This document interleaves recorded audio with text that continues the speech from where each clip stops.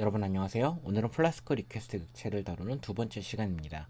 오늘 다룰 내용은 웹브라우저에서 URL에 데이터를 실어 보냈을 때 그걸 플라스크에서 어떻게 읽어낼 수 있는지 그 방법을 살펴보는 시간입니다. 일반적으로 웹브라우저가 웹서버한테 데이터를 실어 보내는 방식은 크게 두 가지가 있습니다. URL에 데이터를 실어 보내는 방식이 있고 HTTP 메시지에 바디에 실어 보내는 방식이 있습니다. 일반적으로 바디에 실어 보내는 방식은 웹브라우저가 데이터를 입력받아서 서버로 보내기 전에 알아서 데이터를 잘 가공해서 거기에 넣어놓게 되지만 URL을 실어 보내는 방식은 일반적으로 바깥에 노출돼도 괜찮은 정보들만 URL에 실어 보냅니다. 왜 그렇게 하느냐?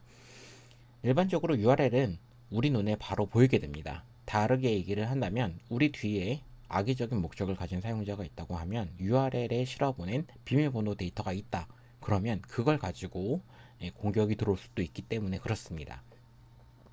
다른 의미로도 URL에 실어보내는 데이터는 굉장히 보안에 취약하다라는 부분이 많기 때문에 가능하다면 여러분은 URL에 실어보내는 데이터를 최소한으로 유지할 필요가 있습니다.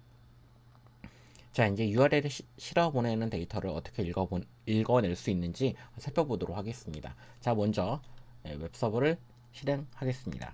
자, 이렇게 개발 서버를 실행하려면 개발 서버가 5000번 포트로 실행된 것을 볼 수 있죠.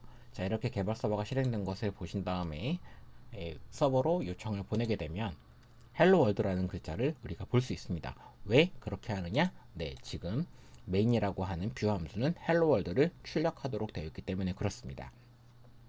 자, 이제 URL 데이터를 실어 보내 보도록 하겠습니다. URL 데이터를 실어 보낼 때는 이렇게 URL 뒤에 물음표를 써줍니다. 자, 이렇게 물음표를 써준 다음에 이러고 나서 자, 이제부터 데이터가 갈 거예요 라고 얘기를 하고 있는 겁니다. 자, 그래서 서버가 받아야 되는 데이터의 이름을 써줍니다.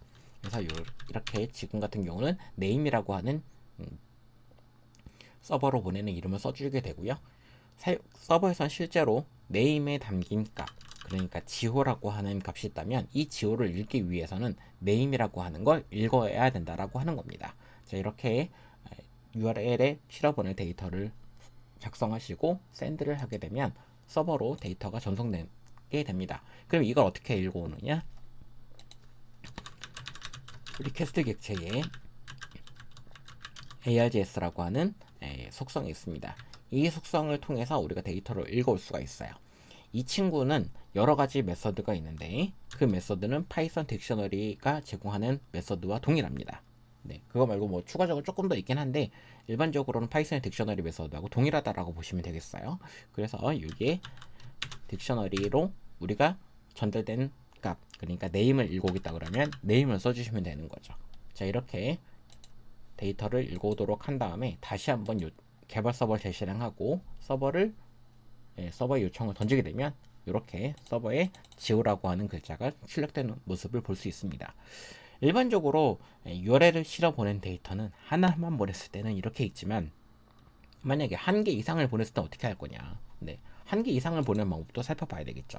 한 개 우리가 이제 쉽게 생각한다면 네임에 지오라는 값을 던졌지만 만약에 다른 스쿨이라고 하는 이름으로도 뭔가 데이터를 주겠다라고 하면 이렇게 생각할 수도 있는 거잖아요. 네, 이렇게 생각할 수도 있을 겁니다. 근데 사실 이런 식으로 하는 건 잘못된 요청 방법이에요. 자, 이렇게 해봐야 서버에선 정상적으로 요청이 가긴 하지만 실제로 두 개의 URL 값을 주는 게 아니라 URL 데이터를 실어보는 게 아니라 실제로 한 개의 데이터만 보내게 된 거예요. 왜 그러느냐? 바로 이 HTTP get 메서드는 get으로 데이터를 실어보내는 방식은 한 개 이상의 데이터를 던지려고 할 때는 물음표가 아니라 다른 것도 보낸다라는 의미에서 이렇게 앰퍼샌드 기호를 써줍니다. 그래서 앰퍼샌드 기호를 써줘야지만 서버로 두 개의 데이터가 전송이 되게 됩니다. 자, 이러면 네, 지금 보낸 것처럼 지오대로 네임은 지오를 읽고 추가적으로 다른 데이터를 읽겠다 그러면 여기에 이렇게 써줄 수 있는 겁니다. 자, 이렇게 써준 다음에 서버를 재시작하고 다시 요청을 보내면 네, 서버에서 지오라는 글자와 KNOU라고 하는 글자를 둘 다 볼 수 있게 되는 거죠. 그럼 만약에 내가 보내지 않는 값을 읽으면 어떻게 되느냐? 당연히 문제가 발생하겠죠.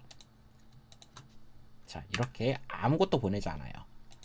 그러면 서버에서는 이거를 넌을 읽게 됩니다. 예, 아무것도 보내지 않았기 때문에 넌을 읽게 되는 거예요. 하지만 일반적인 처리의 경우는 아니 내가 아무것도 보내지 않아도 나는 다른 값으로 좀 처리를 하고 싶은데 난 다른 값 기본 값으로 뭔가 지정하고 싶어요. 그러면 여기에 두 번째 인자로 대신 돌려줄 값을 사용할 수 있습니다.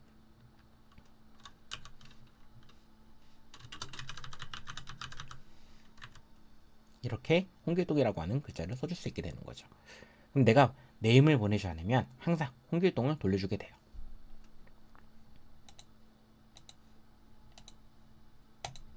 네, 이렇게 홍길동을 돌려준다는 사실을 알 수 있습니다.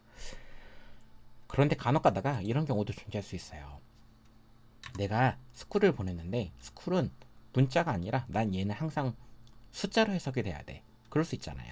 그런 경우는 ARJS에 있는 그 get 메서드에 타입이라고 하는 인자를 던져줄 수 있습니다.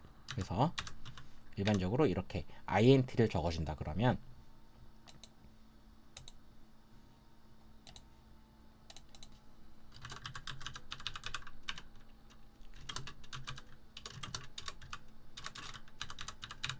자, 이렇게 문자를 작성해서 보내게 되면 이거는 서버에서 재시작을 아직 안 했죠. 네.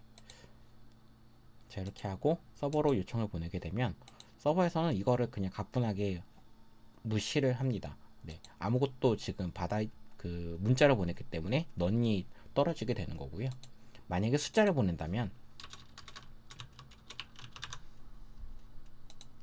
이걸 강제적으로 서버에서 인트저 형식으로 읽어드리게 됩니다. 저장을 인트저로 하게 되는 거죠. 우리한테 돌려주는 값을 인트저로 반환을 해준다는 소리예요. 이게 굉장히 여러분들 이점인 부분이 있는데 왜 이게 이점이냐면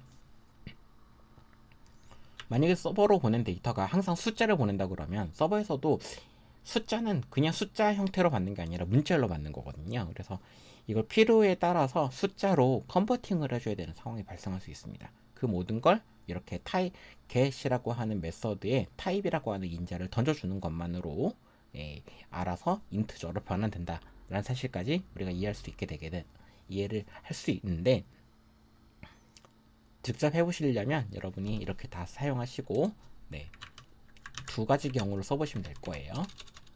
이렇게 타입을 지정한 부분과 타입을 지정하지 않은 부분에 대해서